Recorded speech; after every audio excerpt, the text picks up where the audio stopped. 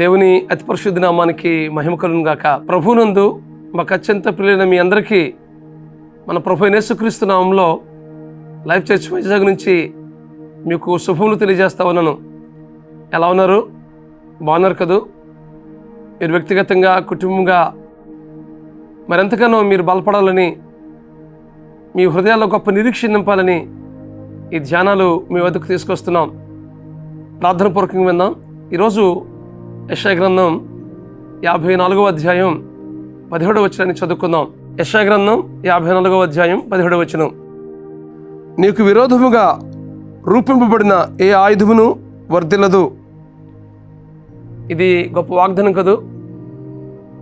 నీకు విరోధంగా రూపింపబడిన ఏ ఆయుధము వర్ధిల్లదు అని అంటే ఇది వ్యక్తిగతంగా దేవుడు ప్రతి ఒక్కరికి ఇస్తున్న వాగ్దానం.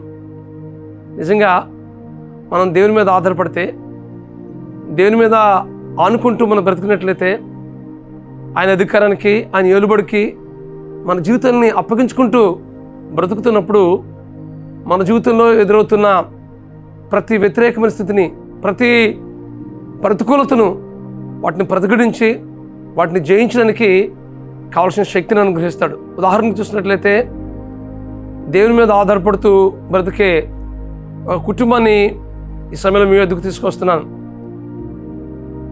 ఎస్తేరు తన తల్లిదండ్రులు చనిపోయిన తర్వాత మొర్దెకై ఎంతగానో ఆమెని పెంచడం జరిగింది. ఆ తర్వాత యూదా దేశం, బబులోను దేశం, పర్షియా దేశపు రాజరికానికి వాళ్ళు అప్పగించబడినప్పుడు అక్కడ రాణిగా ఎస్తేరు ఎంపిక అవుతుంది.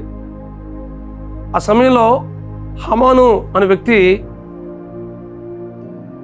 మొర్దెకై నమస్కరించలేదని, ఆయన వంగి నమస్కరించలేదని ఆయన మీద ద్వేషాన్ని పెంచుకుని యూదులందరినీ కూడా ఒకే దినాన నాశనం చేయాలని రాజును ఒప్పించడానికి ప్రయత్నం చేశాడు. ఆ సమయంలో మొర్దెకైని కూడా గురి తీయాలని ప్లాన్ చేశాడు.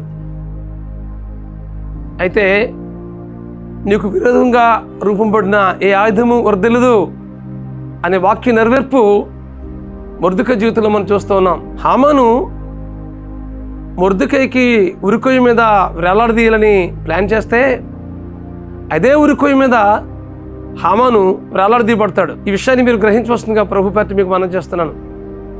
నిజంగా దేవుని మీద ఆధారపడి, దేవుని మీద ఆనుకుంటూ మొర్దెకై ఎస్తేరు జీవితున్న స్థితిని బట్టి వారి జీవితంలో ఈ కార్యం జరిగించాడు దేవుడు.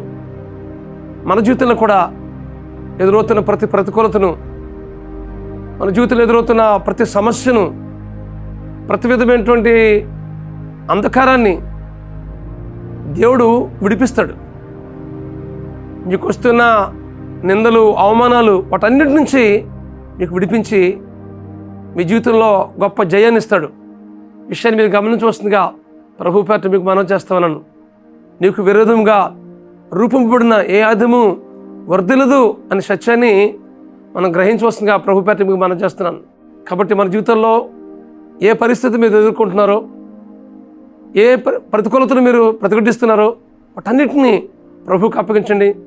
దేవుడు మీ జీవితంలో గొప్ప కార్యం చేస్తాడు. మీకు వ్యతిరేకంగా ఎలాంటి కార్యాలు జరుగుతున్నప్పటికీ వాటన్నిటి నుంచి విడిపించి మీ జీవితంలో గొప్ప నిరీక్షణ నింపి మీ జీవితంలో గొప్ప కార్యం చేయడానికి దేవుడు ఇష్టపడుతున్నాడు. అట్టి కృప పరిశుద్ధాత్మ దేవుడు మీకు అనుగ్రహించి నడిపించిన కాక. ప్రార్థన చేసుకుందాం. బ్రహ్మస్వరూపుడా, మహాకృపగల మా తండ్రి, ఈ వాక్యం ఉంటున్న మా ప్రియుల జీవితాల్లో వారికి ఎదురవుతున్న ప్రతి వ్యతిరేకతను, ప్రతి ప్రతికూలతను విడిపించవలసిందిగా ప్రార్థిస్తున్నాను. ప్రభువా, నీకు విరోధంగా రూపంపబడిన ఏ ఆయుధము వర్ధిల్లదు ఆ వాక్య నెరవేర్పు మా ప్రియుల జీవితంలో జరిగించవలసిందిగా ప్రార్థిస్తున్నాను. మా తండ్రి, మీకు వందనాలు. ఇదిగో ప్రభువా, మీ మీద సంపూర్ణంగా మేము ఆనుకుంటూ, మీ అధికారానికి అప్పగించుకుంటూ, ప్రతిరోజు ప్రభువా మీ వాక్యానుసారంగా, మీ చిత్తానుసారంగా మేము జీవిస్తూ మాకు ఎదురవుతున్న ప్రతి సమస్యను వాటిని ఎదురొడ్డి పోరాడగలిగే ఆత్మీయ స్థైర్యాన్ని మాకు అనుగ్రహించి నడిపించవలసిందిగా ప్రార్థిస్తూ, మీ కృపగల హస్తానికి మాకు మేము అప్పగించుకుంటూ, మా ప్రభువును, మీ ప్రియకుమారుడును, మా రక్షకుడునైనా యేసుక్రీస్తు నామములో ప్రార్థించి పెడుకుంటున్నాం మా పరమ తండ్రి. ఆమేన్, ఆమేన్, ఆమేన్. God bless you.